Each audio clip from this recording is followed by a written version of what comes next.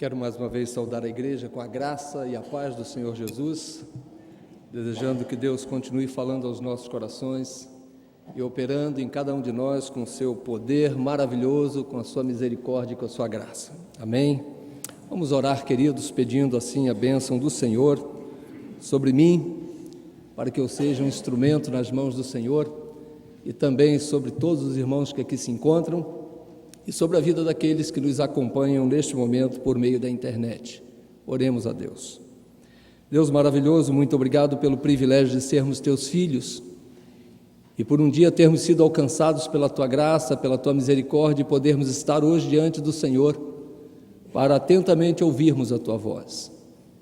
Deus querido, pedimos que a tua vontade continue sendo feita na vida pessoal, na vida familiar de cada um de nós, na vida da tua igreja espalhada na face da terra, de tal maneira que o teu nome seja sempre glorificado e que nesta noite possamos ser fortalecidos pelo poder do teu amor. E se alguma pessoa, Deus, que esteja nos ouvindo o Senhor, a tua palavra, e ainda não passou por uma experiência real de encontro com o Senhor e com teu Filho Jesus Cristo, que seja esta uma noite de transformação, uma noite de conversão, uma noite de bênção na vida de todos estes também. É o que nós te pedimos com gratidão, mas o fazemos em nome de Jesus Cristo. Amém, Senhor. Meus irmãos, daremos continuidade ao estudo do livro de Efésios, da carta de Paulo aos Efésios, hoje analisando com os irmãos, refletindo a respeito do texto do capítulo 3, Efésios 3, o texto que nós estaremos refletindo está entre os versículos 2 e 6, leremos a partir do versículo 1, versículo que já fora pregado no mês de maio pelo reverendo Marcos Alexandre, falando sobre Paulo como prisioneiro de Cristo e as causas que o levaram àquela prisão, o amor aos Efésios à época. Efésios 3, versículos 1 a 6, a palavra do Senhor nos fala exatamente assim. Por esta causa, eu, Paulo, sou o prisioneiro de Cristo Jesus, por amor de vós, gentios, se é que tendes ouvido a respeito da dispensação da graça de Deus a mim confiada para vós outros, pois, segundo uma revelação que me foi dado conhecer o mistério, conforme escrevi há pouco, resumidamente, pelo que, quando ledes, podeis compreender o meu discernimento do mistério de Cristo, o qual, em outras gerações, não foi dado a conhecer aos filhos dos homens como agora foi revelado aos seus santos apóstolos e profetas no Espírito, a saber que os gentios são co-herdeiros, membros do mesmo corpo e coparticipantes da promessa em Cristo Jesus por meio do Evangelho. Quantos aqui, ou quem de nós, nunca ouviu alguém perguntar ou criticar a respeito de uma pessoa que talvez tenha vivido a vida toda pecando, quem sabe até mesmo cometendo atos criminosos, mas que num dado momento da sua vida, muito normalmente quando está preso ou doente, submetido a uma situação de dificuldade, ele passa por uma conversão e diz-se ter agora uma nova vida e ser uma nova criatura, deixando para trás tudo aquilo que passou. Quantas vezes, ao ouvirmos estes testemunhos, somos levados à desconfiança, a tentarmos entender aquilo melhor e muitas vezes chegando a uma conclusão que ali pode ter algo que não seja verdade. Fazendo uma pesquisa a respeito desses fatos, encontrei muitos testemunhos. Um deles me chamou a atenção na revista Enfoque Gospel, em alguns anos atrás, quando o jornalista relatava o seguinte: hoje, exalando o bom perfume de Cristo, ele cita o nome Valmir, que cumpriu pena por extorsão mediante sequestro, recorda com um brilho nos olhos, palavras do jornalista, as ocasiões em que ele e os integrantes da banda Javé, ele era músico, chegavam algemados a algumas apresentações que lhes eram autorizadas fora do presídio. E ao ser ouvido, o presidiário, hoje presbítero de uma igreja no Rio de Janeiro, dizia o seguinte: constrangimento nada, sair da cadeia para louvar a Deus era motivo de grande alegria, dizia o atual presbítero. Na Bíblia, nós encontramos uma passagem de alguém que estava talvez já no último tempo, no último momento da sua vida, e foi citado por mim no domingo passado, quando da cantata das crianças, aquele ladrão na cruz. E ele olha para o lado e num grito diante da multidão e diante de Jesus, ele diz: Senhor, lembra-te de mim quando vieres no teu reino. Se não fosse Jesus que desse a resposta, talvez ficasse alguma dúvida na minha mente e no meu coração. Mas Jesus onisciente, que sondou o coração daquele homem, apesar dos seus pecados, dos seus erros, dos seus crimes, que acabaram levando à cruz, à condenação da morte. Jesus olha para ele e diz: hoje mesmo estarás comigo no paraíso. Isso, para mim, confirma que aquele homem estava passando por um momento de conversão, de transformação, de mudança de vida. Se não for assim, Jesus não teria dito: hoje mesmo estarás comigo no paraíso. O apóstolo Paulo, que escreveu esta carta, o seu histórico não é dos melhores. Ele que tinha conhecimento da lei judaica, ele que tinha sido instruído, orientado aos pés de alguém que lhe deu uma formação teológica, religiosa profunda, perseguia os judeus, perseguia os cristãos, haja vista que ele não acreditava que aquele Jesus que estava passando pela terra, que havia descido do céu, encarnado, e estava pregando o Evangelho, fosse o Filho de Deus. Além de não crer que ele fosse o Messias prometido, ele perseguia os cristãos, e por esta razão o fazia, e não só perseguia, assim como os prendia e até mesmo consentia na morte de cada um deles. Estava a caminho de Damasco, quando Deus, pelo seu insondável amor, por uma revelação misteriosa, revela-se a ele, e literalmente Paulo, então Saulo, da cidade de Tarso, cai do cavalo sobre o qual estava montado, e cai dos seus princípios, das suas convicções. A sua vida é transformada, é completamente mudada, é completamente convertida ao cristianismo. E ele pergunta: quem és tu? Ao ver uma forte luz brilhando sobre ele, ao ouvir a voz do Senhor: Saulo, Saulo, por que me persegues? E ele recebe como resposta à sua pergunta: quem és tu, Senhor? E Jesus diz: eu sou Jesus, a quem tu persegues. Ao receber orientações de como deveria proceder, ele vai para a cidade de Damasco, para uma rua chamada Direita, na casa de Judas, e ali ele recebe a visita de um homem que também fora orientado por Deus, chamado Ananias. E Deus, simultaneamente, ao mandá-lo para a casa de Judas, fala com Ananias na casa de Ananias e diz: Ananias, sai da tua casa e vai até a rua Direita, na casa de Judas, e lá encontrarás um homem chamado Saulo, sobre o qual você há de impor as suas mãos e vai orar por ele. Naquele instante, Ananias teme. Talvez no seu coração, embora homem de fé e de intimidade com Deus, Ananias estivesse agora pensando: será que ele está convertido realmente? Ou será que isto seria uma estratégia para que eu fosse preso? Mas esta palavra vinha de Deus.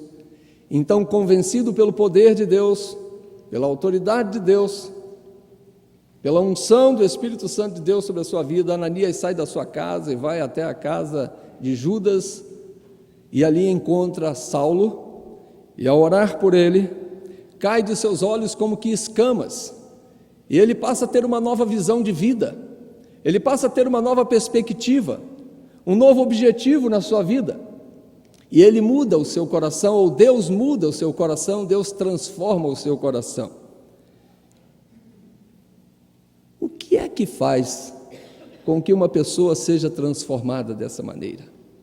Aquele homem numa cadeia do Rio de Janeiro, aquele homem na cruz do Calvário, depois de tantos anos de criminalidade, o coração de um homem que era entendido no que fazia, que tinha convicções profundas ao ponto de levar pessoas à prisão e à morte por causa de suas convicções, num estalar de dedos, ele é transformado. Eu não sei exatamente a sua história, eu conheço bem a minha, mas um dia Deus tocou-me e tirou-me também das trevas para a luz, do pecado para uma vida de santificação, apesar de mim mesmo. E Deus transformou-me. Deus utiliza-se de várias maneiras, utiliza pessoas. Com Saulo, Jesus apareceu e falou diretamente com ele. Comigo, Deus falou por meio de um jovem, então jovem, como eu, e levou-me à presença de Deus. Que levou-me à presença de Deus.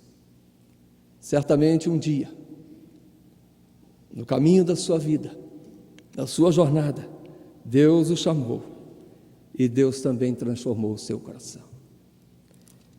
Este mistério é algo que muitas vezes nós não conseguimos entender e é sobre ele que Paulo, agora ele fala aos Efésios, um povo renegado pelos judeus, que certamente levava uma vida ímpia, que adorava diversos deuses, especialmente a Diana. Em Éfeso estava o grande templo da deusa Diana. E em consequência daquela vida idólatra e pagã, de um nível moral, espiritual nem se fala, mas um nível moral baixíssimo. Mas eles foram também atingidos e transformados por um misterioso amor e poder, o poder do Evangelho de Deus. Assim, ao ouvirmos a respeito do ladrão de ontem, o ladrão da cruz, os ladrões ou um ladrão que exemplifica os demais de hoje, da atualidade, ao ouvirmos a respeito da transformação na vida de Paulo, dos Efésios, e também refletindo sobre a nossa transformação, podemos perceber que tanto uns quanto os outros, onde nós nos incluímos, no versículo 6 que lemos e que vamos refletir um pouco mais sobre ele dentro de alguns instantes, nós fazemos parte agora de uma só igreja, de um só corpo, nós somos irmãos em Cristo Jesus. Você já pensou em ter um irmão ladrão? Ou um ex-ladrão? Você já pensou em ter um irmão que autorizava a morte de pessoas, que perseguia nossos irmãos em Cristo há 2000 anos atrás? Pois é, nós temos um irmão assim. Esse irmão se chama Paulo, o apóstolo. Você já pensou que um dia um irmão seu foi crucificado na cruz? Pois é, nós temos. Foi aquele que aceitou a Jesus nos seus instantes finais. Você já pensou que você faz parte de uma família que um dia membros dela adoraram a deusa Diana? Pois é, nós fazemos parte desta família. E mais do que isso, todos nós, sem exceção, a partir do momento que Jesus entrou em nossa vida e operou esse misterioso poder transformador, passamos a ser co-herdeiros das bênçãos de Deus, conforme nós cantamos em uma de nossas canções aqui hoje. Passamos a ser membros do mesmo corpo, onde uma mão depende da outra para bater palmas, para fazer um carinho, ou coçar, ou ajeitar uma parte da nossa vestimenta, ou para tratar uma ferida, ou para se cuidar de alguma maneira. Somos membros de um mesmo corpo. Somos agora um só corpo, chamado igreja. E por isso somos coparticipantes de uma promessa, promessa de vida abundante, promessa de vida eterna, que só nos é capaz e possível por meio desse misterioso amor, misterioso poder de um Deus tão grande, tão soberano, mas que ao mesmo tempo se dá, se entrega, se faz homem para nos trazer esta certeza de vida e de vida eterna. Ao olharmos este texto, versículo por versículo, nós vamos perceber que nos 2 primeiros capítulos de Efésios, Paulo, ele fala sobre as bênçãos de Deus para toda a humanidade, para todos aqueles que são tirados das trevas para a luz, que são transformados pelo poder da graça, que são salvos pela graça de Deus. Ele fala sobre a adoção dos gentios como filhos de Deus. Ele ora por eles, mas agora no capítulo 3, ele puxa para si e ele passa a fazer um relato da sua vida, do seu chamado, do seu ministério e da sua disposição de amar os gentios, algo que nos atinge, porque a palavra de Deus, a carta escrita aos gentios, ela chega até nós e é por isso que nós estamos lendo e refletindo sobre ela nesta noite. No versículo 1, que já fora pregado, ele faz uma conexão deste texto com os anteriores, quando ele diz, por esta causa que ele havia explanado anteriormente, a causa do Evangelho, ele se torna prisioneiro de Cristo, embora prisioneiro do imperador romano. Ele estava em prisão domiciliar em Roma por causa do Evangelho, mas ele não se considerava um prisioneiro do Estado, mas sim um prisioneiro de Cristo, porque ele bem sabia que a causa que o havia levado para a prisão era o Evangelho de Cristo, era a missão que ele havia recebido de amar a Deus em primeiro lugar, ao próximo como a si mesmo, e de pregar o Evangelho a tempo e fora de tempo, não obstante as lutas que pudessem vir. No versículo 2, então, ele diz, se é que tendes ouvido a respeito da dispensação da graça de Deus, a mim confiada para vós outros.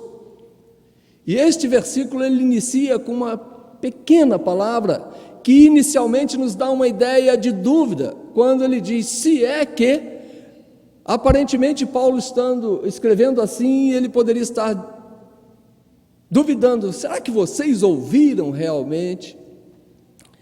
William Hendrickson, ele tira esta dúvida, entre outros estudiosos, mostrando que aquele se, aparentemente uma dúvida para muitos, ele vem na verdade confirmar tudo aquilo que ele já havia ensinado em sua viagem missionária ao passar por Éfeso. Ele conhecia aquela igreja, ele conhecia aquele povo, ele sabia o que tinha falado, a quem ele tinha falado, e agora ele não duvidaria disto, mas ele confirmaria aquilo que ele já havia dito. E então, William Hendricks, ele usa duas frases, talvez uma não seja tão boa para o momento que nós estamos vivendo de esporte na nossa nação, mas eu preferi não alterá-la, quando ele diz assim, se nosso time ganhar, haverá comemoração. E ele diz que esse se é dúvida, por isso eu disse que não seria boa a aplicação, né? A dúvida, se nosso time ganhar, haverá comemoração, se não, não haverá.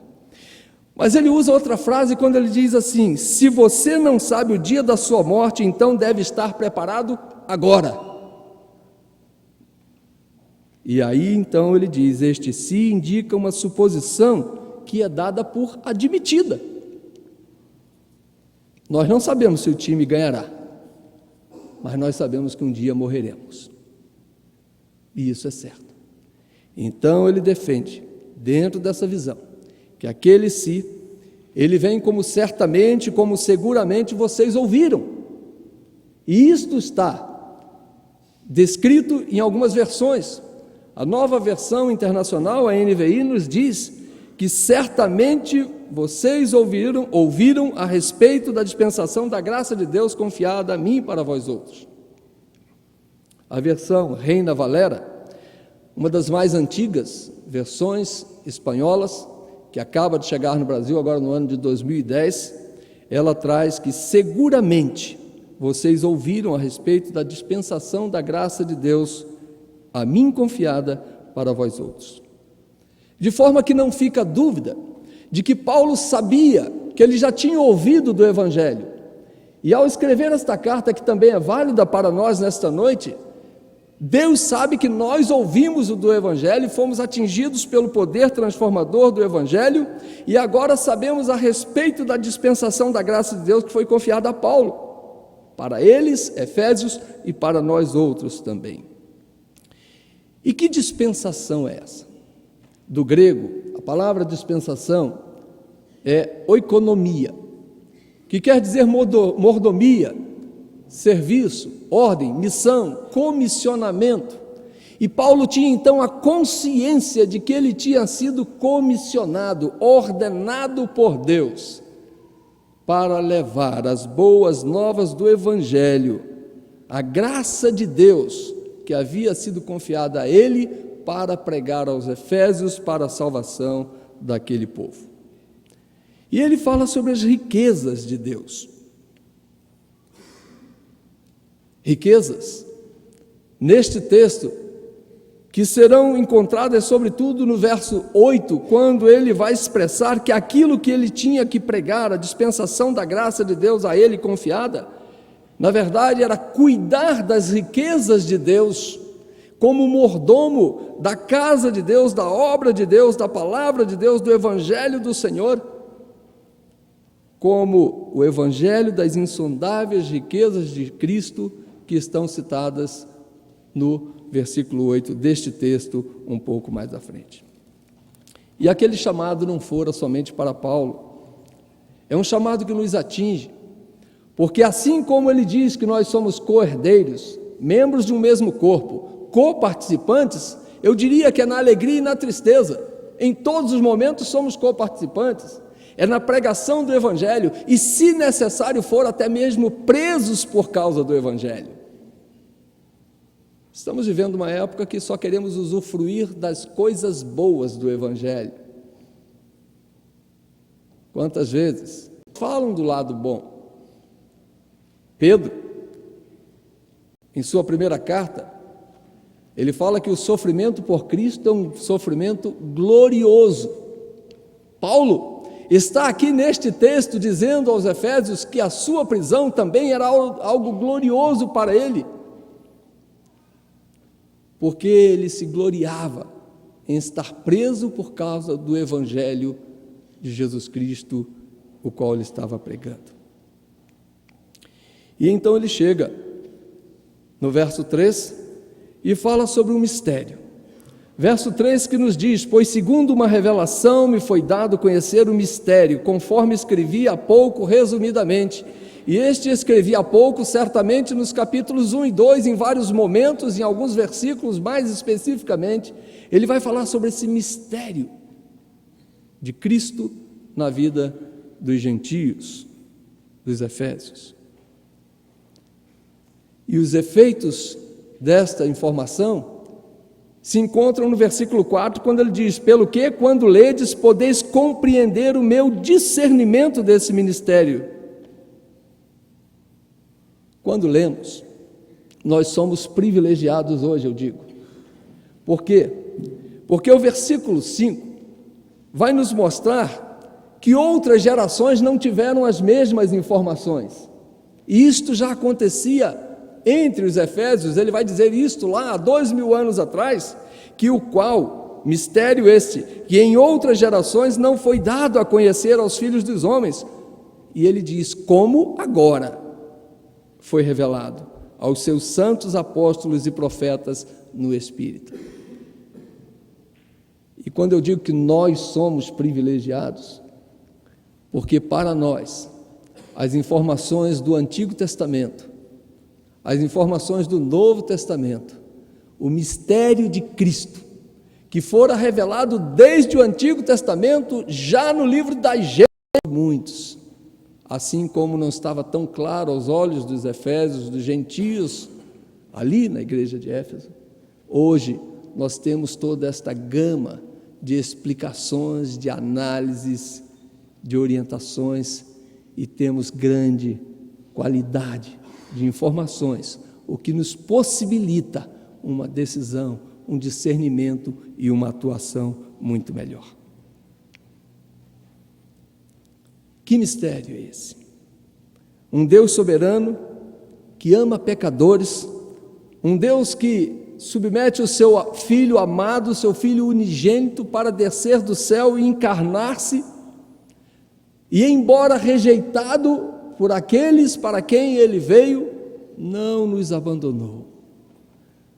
Uma morte na cruz, que há 2000 anos atrás, é poderosa, é misteriosa, para perdoar os meus pecados hoje, e para me garantir, com isto, uma vida eterna nos céus. Humanamente, isso é muito difícil para o nosso entendimento.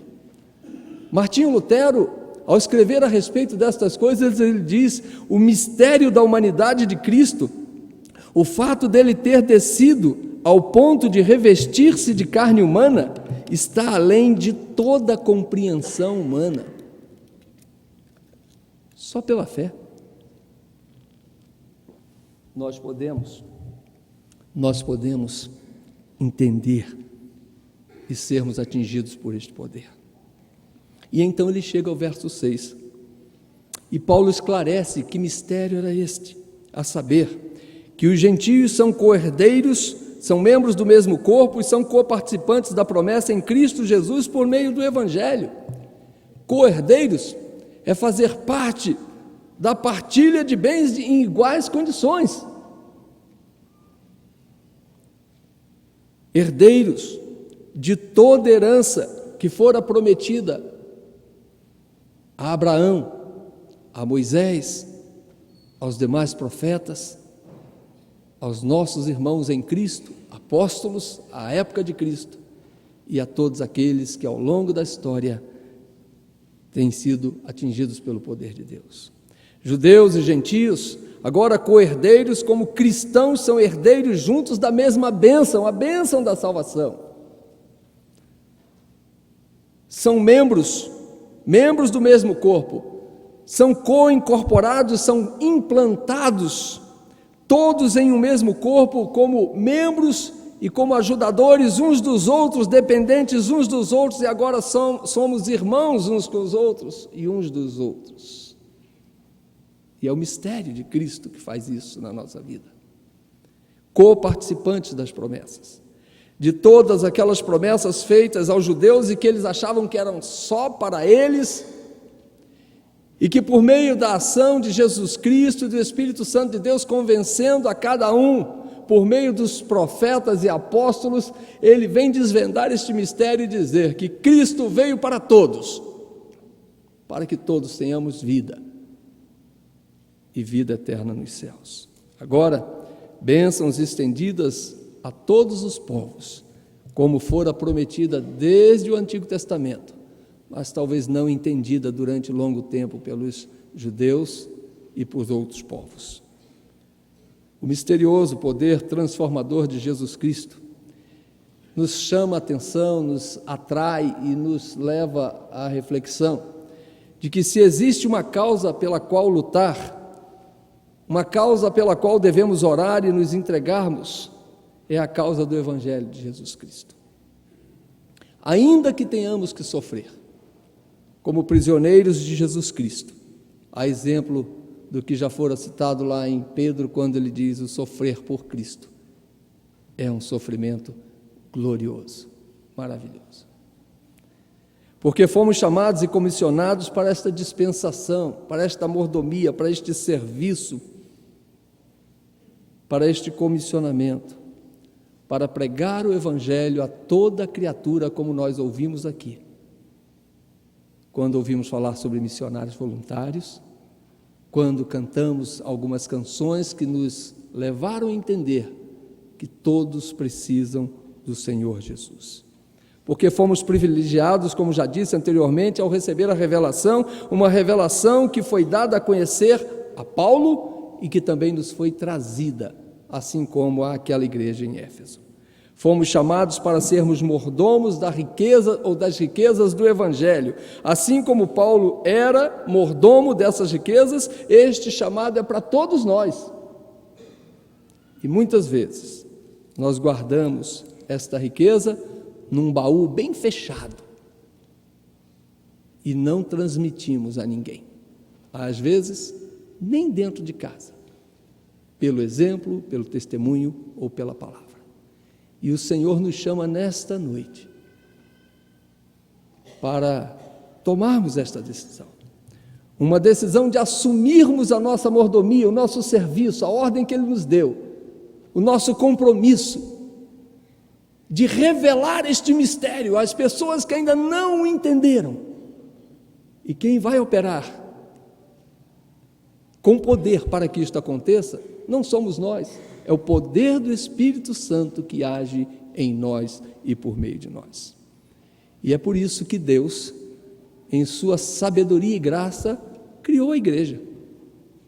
A igreja onde o Senhor atua, por meio da qual Ele age no meio da humanidade, no meio da sociedade. Muitos têm achado que a sua relação com Deus independe da convivência com a igreja, mas não devemos deixar de nos congregar como é costume de alguns, porque é por meio deste corpo chamado igreja que Deus atua de tal forma que uns levem as cargas uns dos outros, agindo em nós de tal maneira que quando um cai, Ele orienta, Ele corrige com brandura, Ele abençoa, usando cada um da forma que Ele deseja. Eu quero concluir, meus queridos, dizendo que tijolo fora da parede não é tijolo, e membro fora do corpo não é membro. E Deus nos chama então para compor esta igreja, para compor este corpo, para fazer parte deste edifício. E nesta noite, este mistério que nos é revelado, nos traz o entendimento de que todos necessitam de um amor perfeito, de que todos necessitam de um Deus que salva, de que todos necessitam de graça e esperança.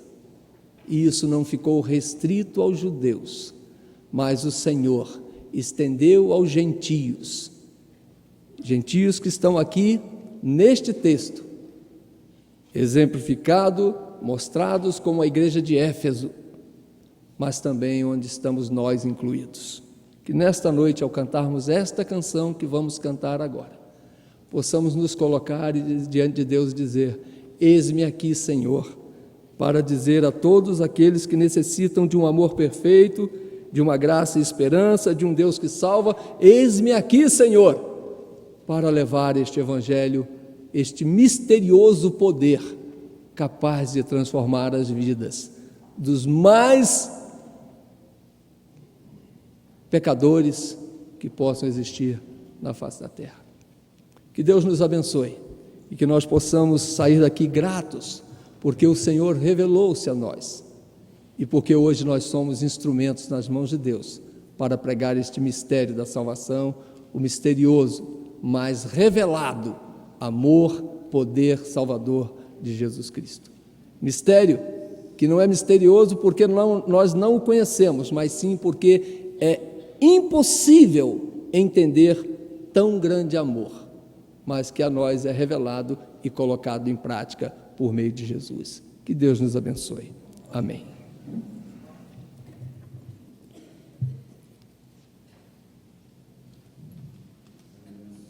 Cantarmos, eu senti desejo de orar por uma criança que eu visitei hoje, meus irmãos, de 11 meses, está no hospital.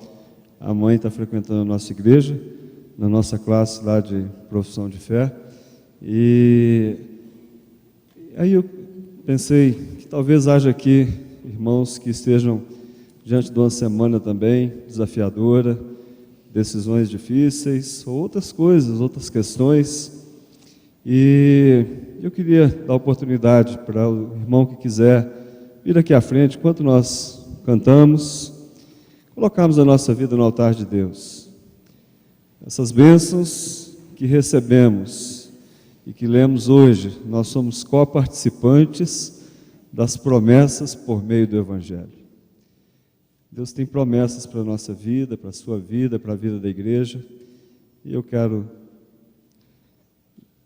dar oportunidade para que nos coloquemos humildemente no altar do Senhor. Vamos ficar em pé, vamos cantar. Enquanto cantamos, se você quiser vir à frente, trazer o seu pedido, a sua oração, coloque diante do Senhor.